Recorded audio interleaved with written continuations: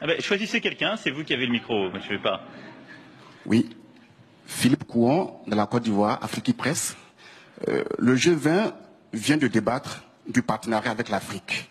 On a vu le plan Marshall avec l'Europe, qui a coûté près de 150 milliards de dollars aujourd'hui pour une conversion. Concrètement, combien les pays du G20 sont prêts à mettre, en tout cas dans l'enveloppe, pour sauver l'Afrique? Et quelle sera la contribution de la France? Alors, je vais vous dire, je ne crois pas une seule seconde à ce genre de raisonnement. Pardon d'être aussi direct. Il y a eu plusieurs enveloppes qui ont été données. Alors, vous savez, nous avons, soit nous, soit dans nos équipes, les champions du monde de l'addition de milliards. Ça fait d'ailleurs des décennies qu'on vous promet des plans Marshall pour l'Afrique et qu'on les a d'ailleurs décidés et faits. Donc, si c'était aussi simple, vous l'auriez constaté. Le plan Marshall, c'était un plan de reconstruction matérielle dans des pays qui avaient leurs équilibres, leurs frontières, leur stabilité.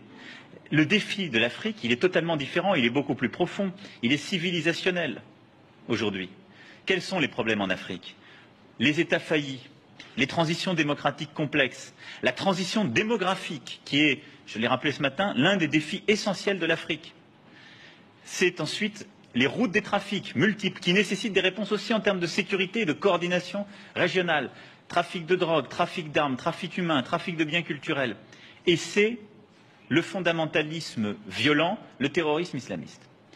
Tout ça aujourd'hui mélangé crée les difficultés de l'Afrique, en même temps que nous avons des pays qui réussissent formidablement, un taux de croissance extraordinaire qui fait dire à certains que l'Afrique est une terre d'opportunités.